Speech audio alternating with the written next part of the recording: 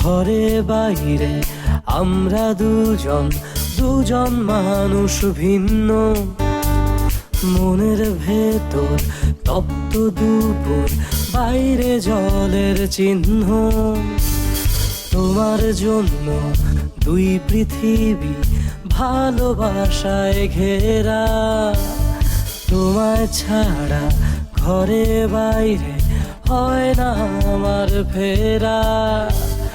যে জল আছে মেঘের ভেতর ধরলে তারে পাই না, জোছনা ছাড়া রাতের আকাশ তারে তো আর চাই না, তারে তো আর চাই না, তারে তো আর চাই না।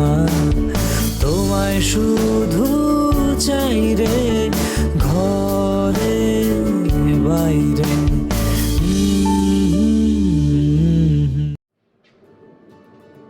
খুব সিনেমার ডায়লগ দিচ্ছিস, কি হয়েছে? আমি জানি না তুই নওশারকে কি বলেছিস। ওই বাড়িতে আর এক মুহূর্তও থাকতে চায় না। ও না থাকলে আমি কি করে থাকি?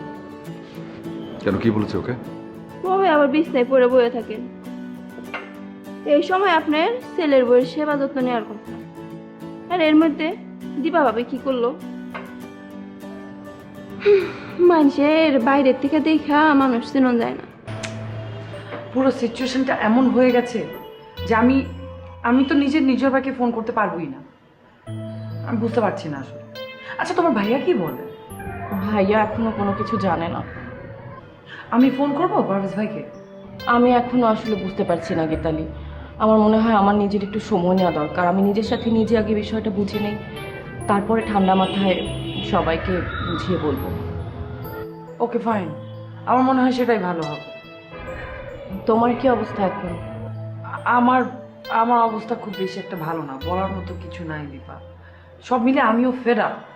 আচ্ছা, আমি কি তোমার সাথে আজকে দেখা করতে পারি? এখন না, মানে এখন না, একটু সময় নেই। হ্যাঁ, okay okay fine, okay fine, take your time, take your time. ঠিক আছে, রাখছি তাহলে, বাই। হ্যাঁ, ভালো থেকো।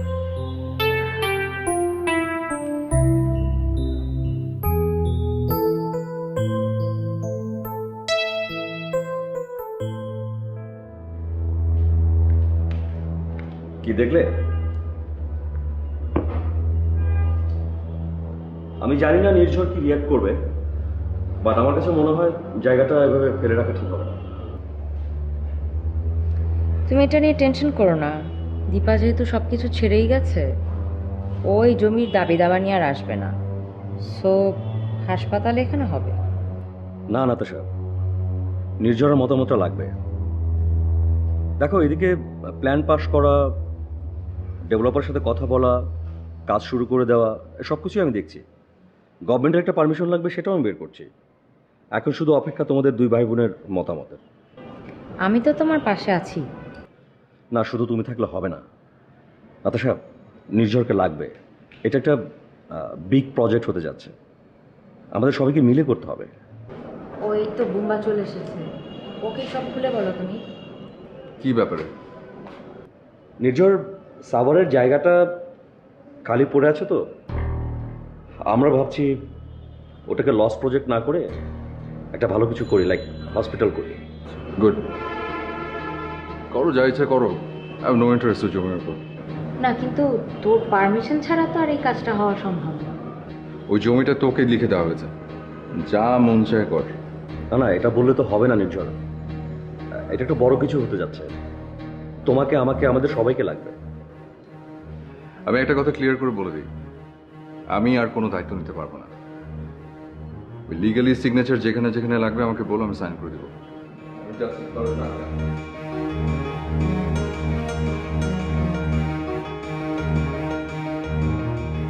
ব্যাস, শুধু এটুকু হলেই হবে, আর কিচ্ছু লাগবে না। Thank you.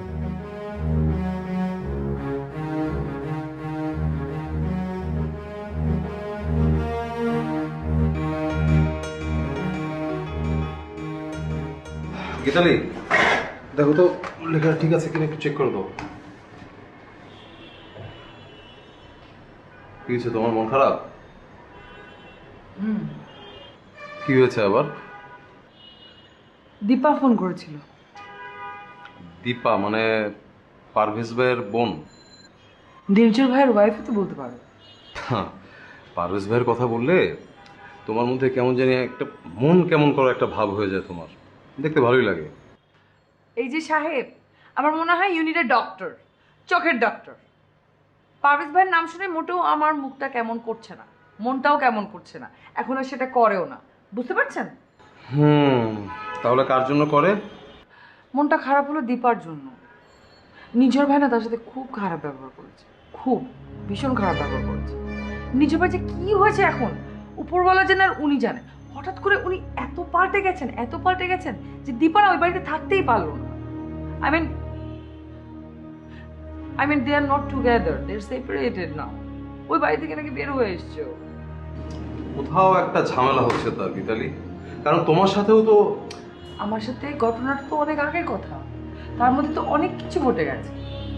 মানে আমি বুঝলাম না নিজের ভাই কেন এত চেঞ্জ হয়ে গেল, হুট করে সে কেন এরকম হয়ে গেল যে দীপা ওই বাড়িতে থাকতেই পারলো না। তারপর দীপা ওই বাড়ি থেকে চলে এসছে, মানে তারা এখন আর একসাথে থাকছে না, they are not together, they are separated now. সে কি এমন ঘটলো? আমি তো দীপাকে যতটুকু দেখেছি সে খুব স্পষ্টভাষী মানুষ। আমারও সেটাই কথা। দীপা নিজের বিয়ে নিয়ে ভালো রকমের ঝামেলা হয়েছিল, দীপার আগের বয়ফ্রেন্ড এসে ঝামেলা করেছিল। এই ব্যাপারে কিন্তু আমরা সবাই কম বেশি জানতাম তখন, এখনো পর্যন্ত জানি। নির্ঝর ভাইও পুরো ব্যাপারটা জানতেন, জেনে শুনে নির্ঝর ভাই এগিয়েছেন, তাদের দুজনের মধ্যে ফ্রেন্ডশিপ হয়েছে, দেন ভালোবাসা হয়েছে, দেন তারা বিয়ে করেছে। ভুল, দীপা তার ভালোবাসার মানুষকে চিনতেই পারেনি, যেমনটা তুমি পারো না। তাই না? তো বলো তো আমি কাকে কাকে চিনি না? কাকে কাকে না, একজনকেই, যে তোমার চারিপাশে প্রেম ভালোবাসার ডালা নিয়ে ঘুরে বেড়াচ্ছে, অথচ তুমি চিনতেই পারছো না। আহারে, তাহলে তো লোকটা ভয়ঙ্কর বেচারা টাইপের লোক। আমি একটা কাজ করি, আমি তাকে একটা বড়সড় গামলা কিনে দিই এবং গামলার দুই সাইডে দুটো দড়ি ঝুলিয়ে দিই, যাতে সে গামলাটা গলায় নিয়ে ঘুরতে পারে।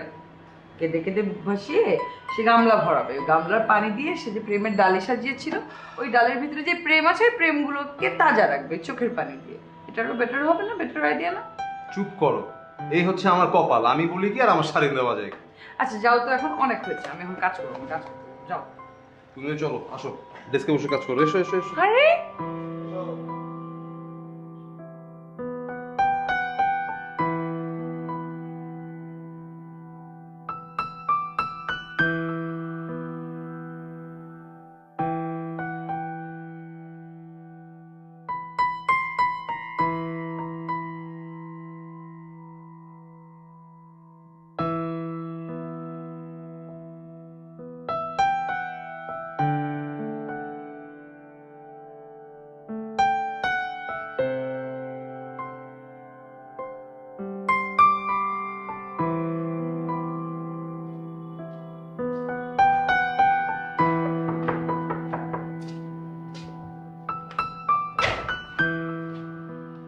শিখা,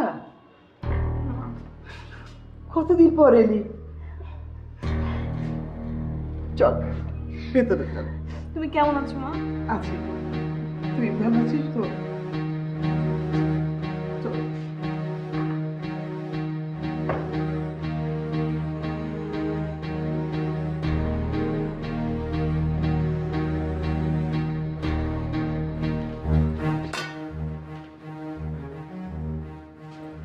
এতদিন পরে মায়ের কথা মনে হলো না? কি করেছিলে ওইদিন আমাকে না দেখে? কি হলো, কান্নাকাটি করছিস কেন? ওখানে কি কোনো ঝামেলা হয়েছে নাকি?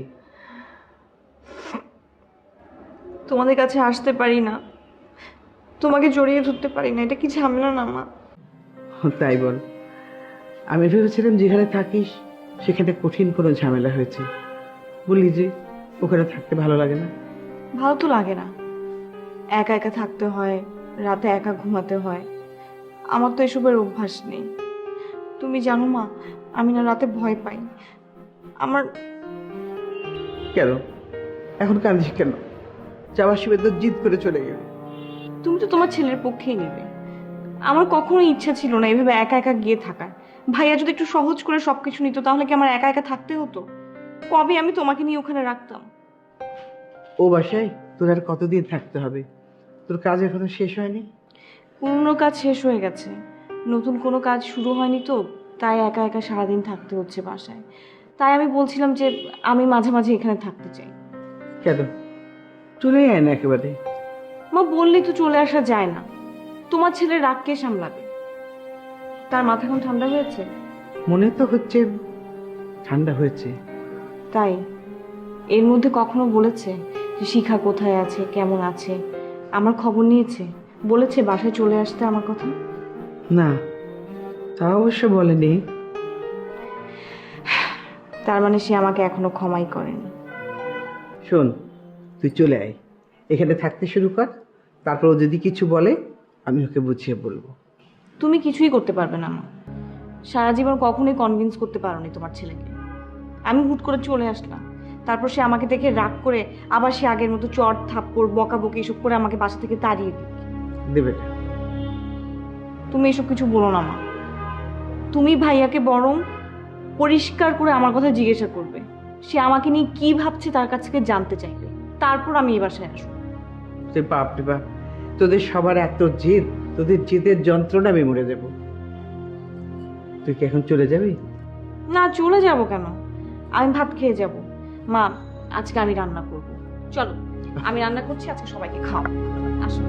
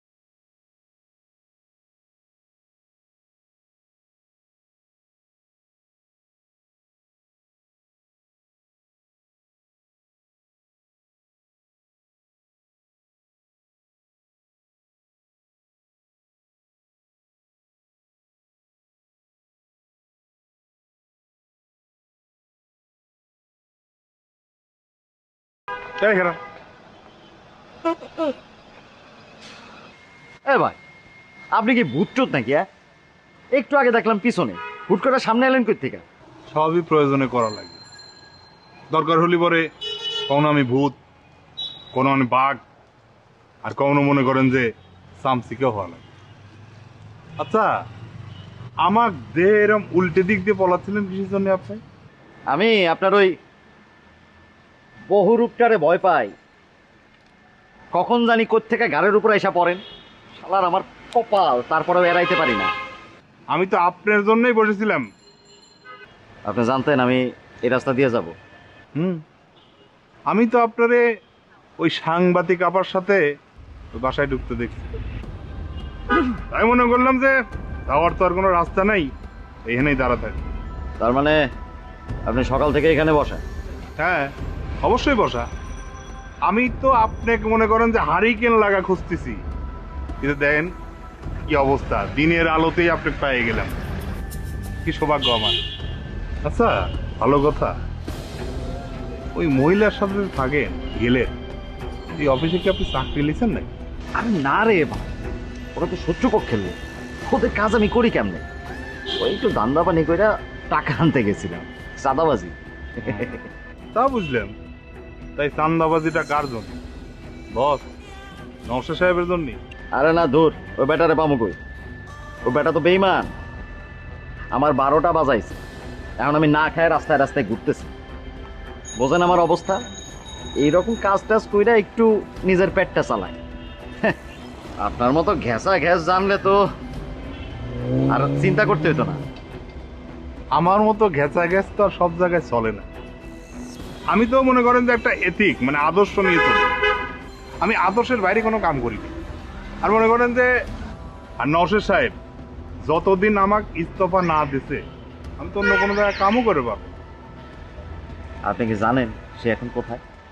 আর আমি তো আপনার কাছে সে খবর জানবে আসলাম। ও, আপনারও তাহলে একই অবস্থা।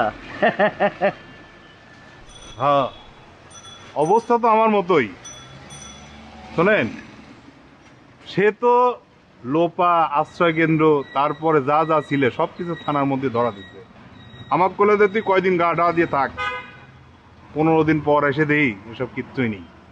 তার ফোনও বন্ধ। ফোন করলাম অন্য নাম্বার ব্যবহার করে, ধরে না। খুব একেবারে পেরেশানির মধ্যে পড়ে গেলাম।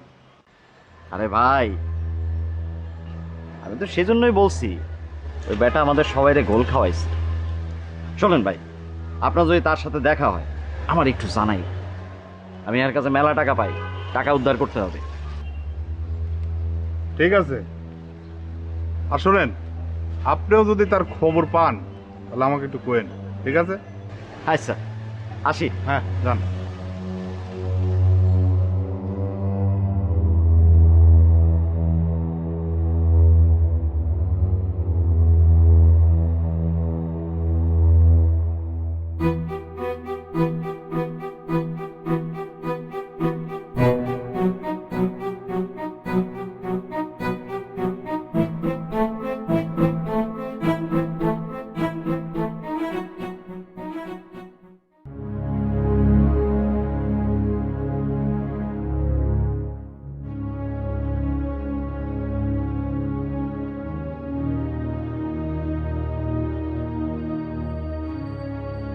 কি হলো?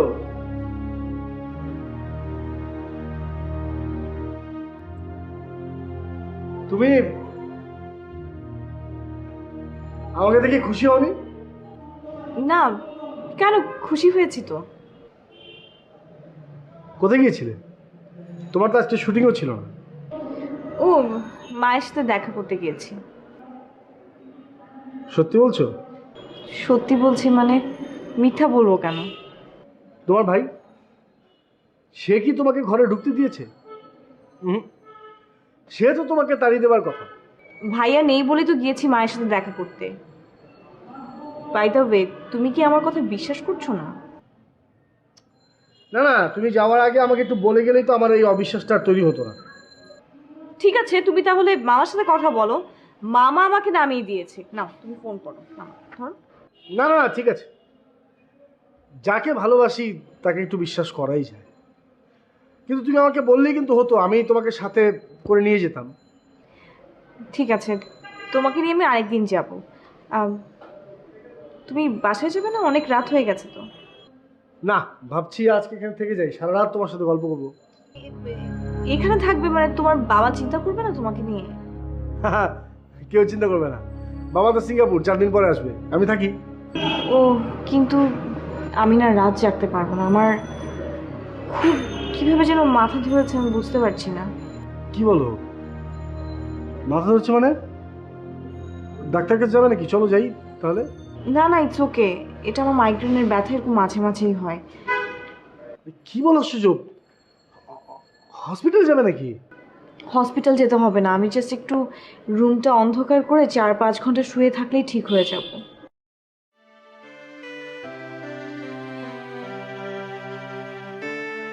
হাজার হোক জামাই মানুষ, বারবার ওকে বলাটাও তো ভালো দেখায় না। কি আর করবে বলো, এই জামাই এখন তোমার ছেলে। উনি কোথায়, কি করছে, ঘরে আছে? তুমি আসলে মাঝে মাঝে মনে করে দিতে চাও যে আমি এই বাসার জামাই, ঘর জামাই। আমার মেরুদণ্ড নেই, আমার লজ্জা নেই, আমার অপমান নেই।